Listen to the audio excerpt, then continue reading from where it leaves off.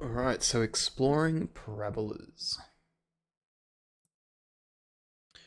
So in this lesson, we're going to basically be looking at what a parabola is and how we can sort of create a parabola from an equation, plus a couple of the different transformations that we can create when manipulating some values in a parabola itself. Okay. So a parabola is just the graph of a quadratic equation. Now we've studied quadratic equations in the past. We've looked at them in terms of being x squared is equal to something, or in terms of monic and non-monic quadratic trinomials as well. Okay, so our power is always going to be at a maximum of 2. So that's the key for a parabola, okay? And we will have a variety of different equations, but they will all generally make the same type of shape, which is what we call a parabola, okay? So parabola is a graph of a quadratic equation. The basic parabola has the equation y is equal to x squared. Okay, so there's lots of other ones. So y is equal to x squared plus 5, y is equal to x squared minus 2x plus 3, lots and lots of different ones. And as I said, we're going to mainly be exploring this one here, and we're going to have a look at some of the transformations that occur as well. So how do we come up with our equation, our basic equation? Well, we can start by making a table of values and substituting values in, right? So let's start off with the x value of x is equal to 0, substitute it into the equation. Y is equal to 0 squared, well that's just 0. Y is equal to 1 squared, well that's just 1. Y is equal to 2 squared, well 2 squared makes 4, and then of course 3 squared makes 9.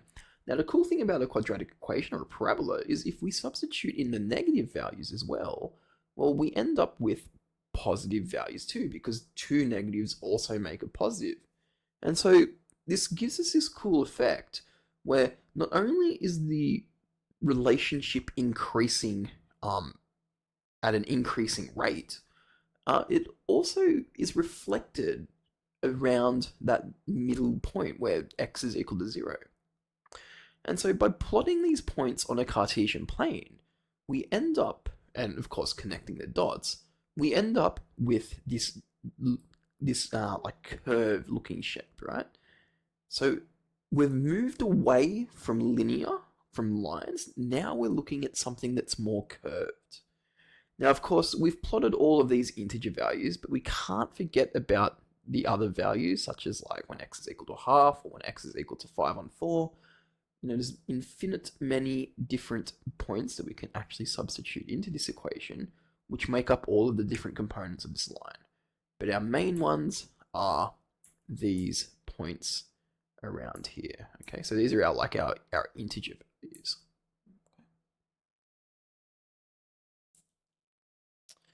Now, a couple of the features of a parabola, some stuff that we need to know.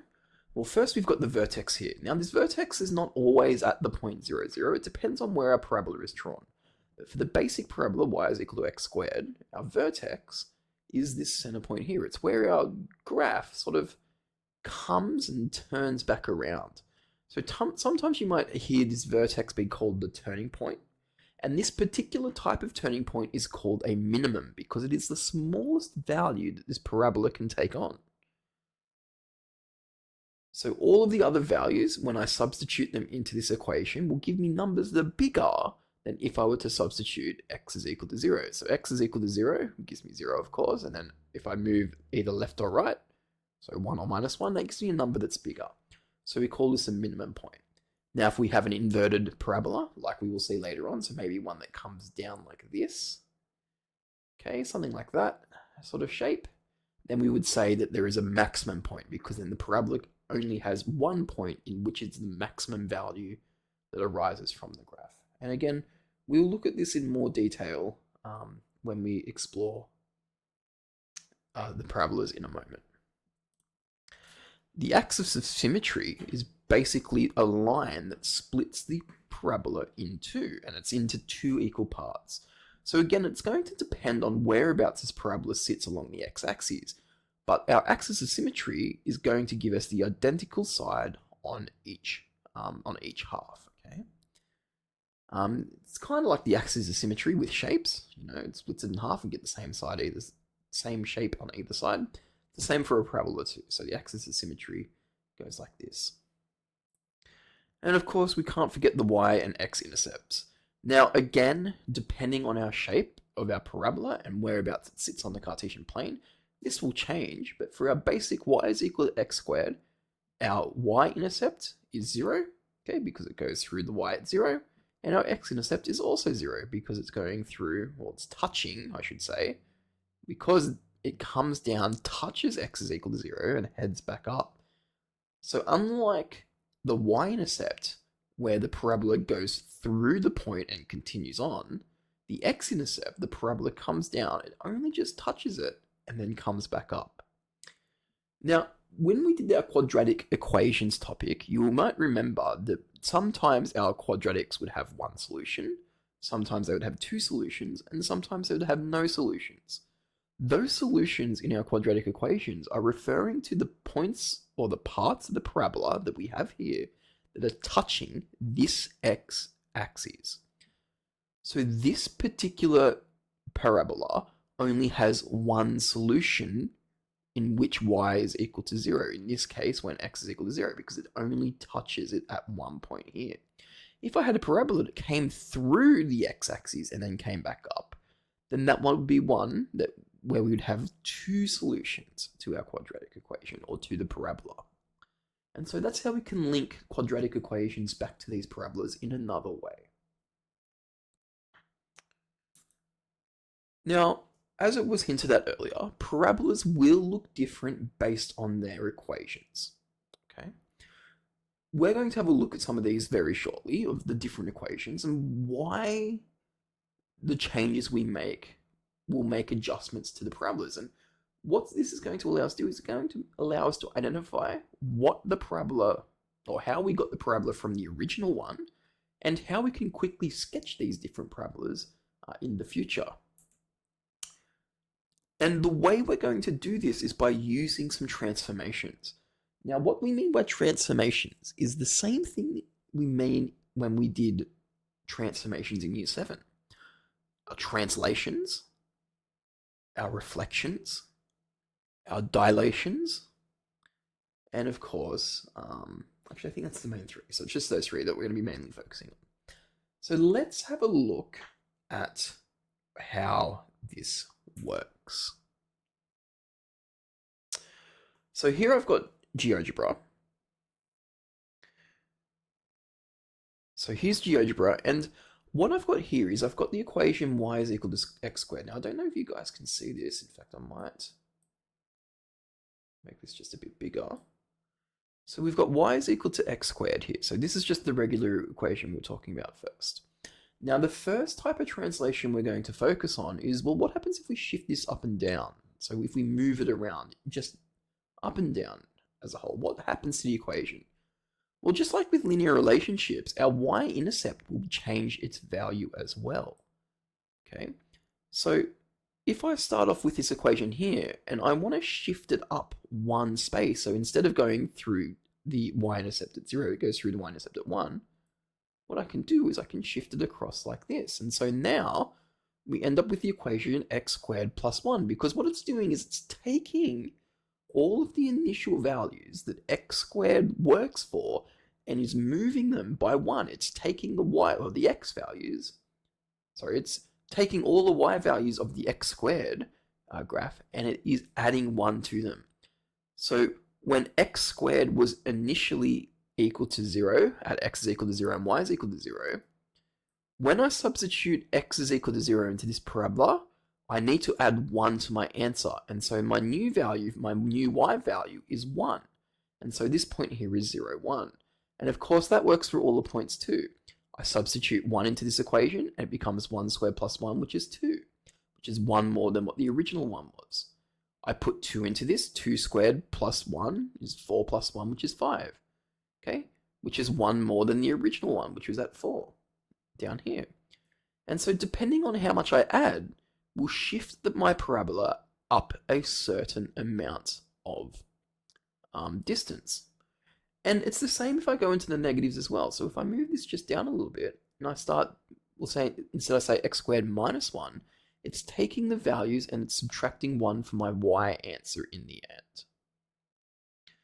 And so we continue it like this, okay? So x squared, to translate it up or down, to make a new problem by moving it up or down, we can essentially add or subtract a number and it will shift it.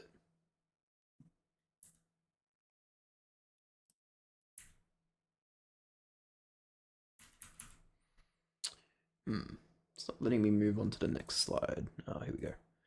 Okay, the next parabola we've got is one where we're going to shift it left and right. Now, the left and right shifting is a little tricky, okay, because it's not as intuitive as the shifting of the up and down was. So when we're shifting it up and down, all we have to do is just add or subtract whatever we want to move it up or down by. When we want to move it left or right, what happens instead of adding just a number at the end is we need to change this x here to look like something else. So what I'm going to do is I'm going to show you a shift to the right by a unit of 1. I want you to see what happens to the equation.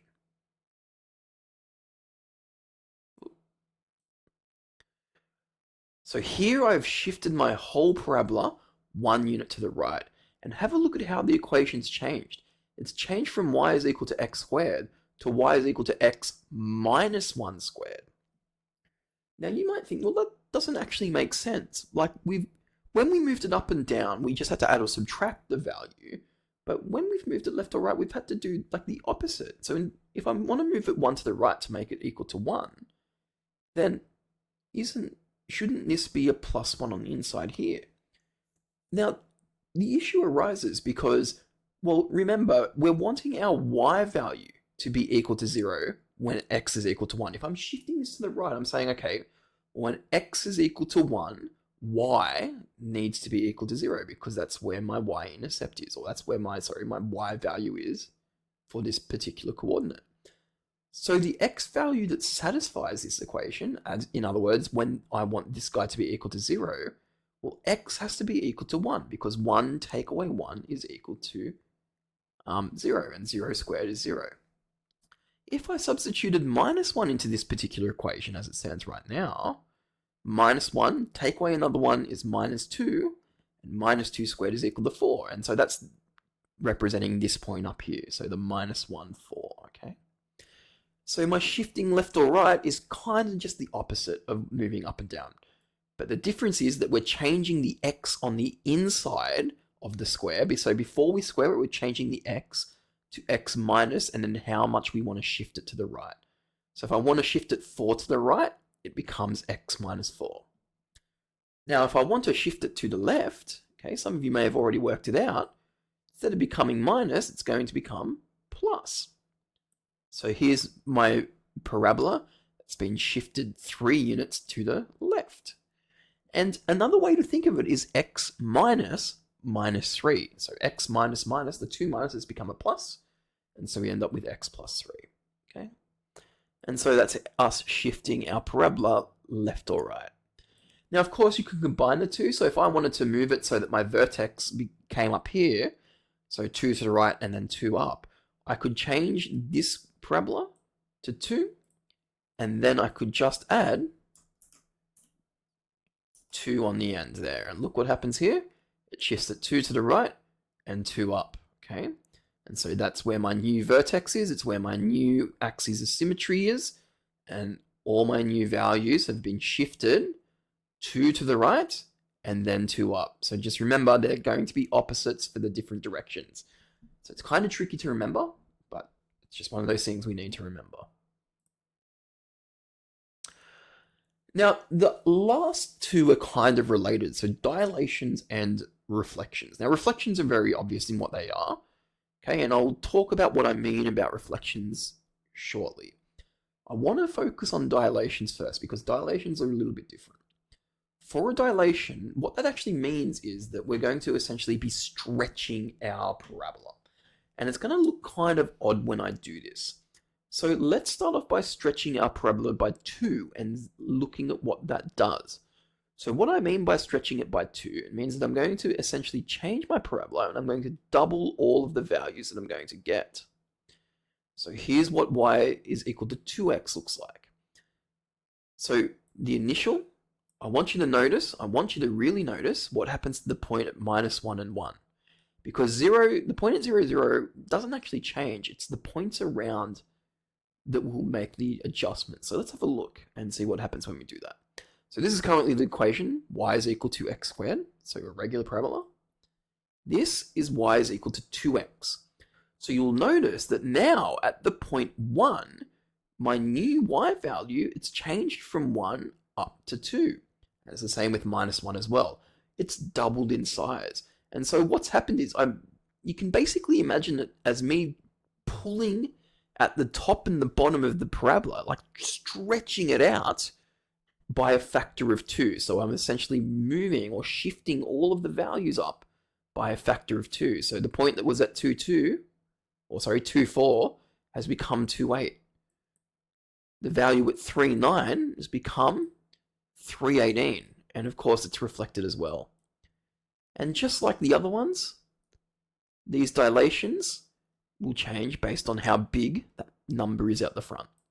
So here's the dilation of a factor of 4. It means all of my values have now increased by a factor of 4. So where 1, 1 was originally, at 1, my new y value is 4 times bigger than what x squared was. So at 1, we go up to 4. Okay, so from 1, we were at 1, but 1 times 4, of course, is 4. And that's the same for the 2. So at 2, 4, my initial value, it will instead be 2 squared, 4, times 4, which is 16. And if we scroll up, we can see it there. Now, the other type we can have is when we have a factor at the front that is not a whole number. So maybe like a fraction, maybe like a half. So here I take my 1x squared, and you can probably see what happens as I go from being a very dilated parabola and I start lowering my number back down. You can probably notice what's going to happen. You can probably reasonably guess what's going to happen if I change the factor out the front to a half. And of course, it's basically squashing the values down. Okay, so when I squash these value downs, let's have a look at this. The value that was at 1, so my point was initially at 1, 1, is now half as big. It is at a half now, so halfway between 0 and 1. Okay, 2, 4 was my original value. My new value is 2, 2. Okay. Well, that's all reasonable, but what happens if I have a negative instead of a positive number? Well, this is when we start getting in the reflection area, or the reflection realm of things. So minus 1x squared is basically taking all my numbers and turning them into negatives. So my original y is equal to x squared at 1, 1 becomes a point at 1 minus 1, 2 minus 2, minus 4, sorry, 3 minus 9. And it's the same with the negative values as well. So this is a reflection. And of course, the same rules apply when I change the value as well. The bigger the number, the more dilated it is. The smaller the number, okay, the more squished my numbers get. More stretched numbers, more squished numbers. Now, of course, we don't worry about when it's equal to 0, because that means that we just have a line at 0, because 0 times x squared, of course, is equal to 0. So those are all the different dilations. Let's now have a look at a couple of examples and see what we're going to be asked to do. So determine the following key features of each of the given graphs. The turning point and whether it's a maximum or minimum. So the turning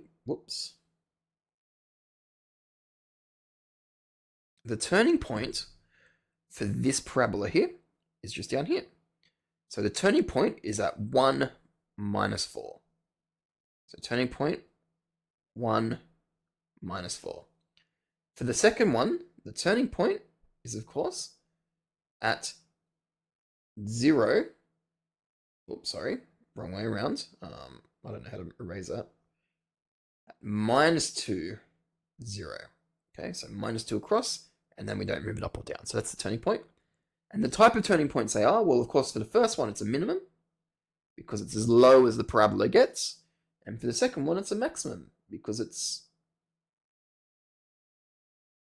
because it's as high as the parabola gets. Now the axis of symmetry, draw an imaginary line that comes down through the center, hopefully better than what I've got. Axis of symmetry, and we write it as an equation, x is equal to 1, okay? Because it's the line when x is equal to 1. And we know it's x is equal to 1 because the x value of the intercept, or the turning point I should say, is at 1. The axis of symmetry for the second one is when x is equal to -2. The x-intercepts, well, for this one, the x-intercepts are at -1 and 3. The second one, there's only one x-intercept, and that's at -2. And finally, the y-intercepts. All of these equations will only ever have one y-intercept. The y-intercept for this one is at -3. The y-intercept for this one is at -4. All right, here's a couple of other parabolas, and we need to fill some information out about these. Okay, so the first one we've got is y is equal to 4x. Does it have a maximum or a minimum? Well, here it is here. And of course, that is a minimum because it is a small value. Okay, it's the smallest value of the parabola. Reflected in the x-axis, yes or no? Okay, so reflected in the x-axis. If what that's basically saying is if I do a reflection, so I turn this into y is equal to -4x squared, will I get a complete reflection or will I get a partial reflection? This will be, of course, a complete reflection, so yes. Turning point is at 0, 0, because that's our turning point there, it's at the origin. Y value when x is equal to 1, okay, here's x is equal to 1. We can substitute that in, 1 squared is equal to 1, times that by 4, 4 times 1 squared, of course, is equal to 4. Wider or narrower than y is equal to x squared?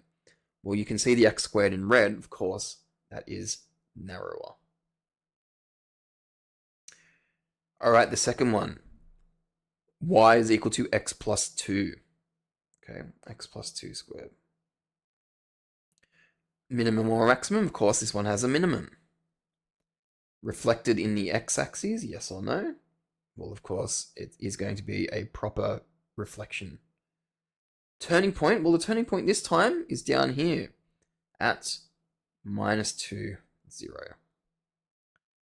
Y value when x is equal to 1. Okay, so here's x is equal to 1. It's all the way over here. If I come up, I can't see the point, so I'm going to have to work out what it is from the equation. So y is equal to 1 plus 2 squared, so 3 squared, which is, of course, 9. Is it wider or narrower than y is equal to x squared? Well, it's only a translation to the left, so it's neither. It's exactly the same width as that one. I've just realized what reflected in the x-axis means. No, these ones haven't been reflected. Because if you have a look at the third one, it has the minus out the front, and that tells us that it has been reflected.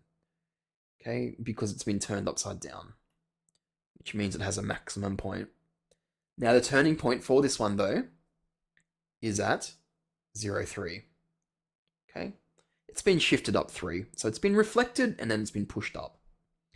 The y value when x is equal to 1, well, we can actually see that on the graph this time, because this is to scale. Here's 1, and it goes across to 2. Is it wider or narrower than y is equal to x squared? Well, again, this one hasn't been dilated. There's no number in front of the x squared component, so it is neither. Have we got some of the problems? I know this has been a long one, but it's a really important lesson. So good luck.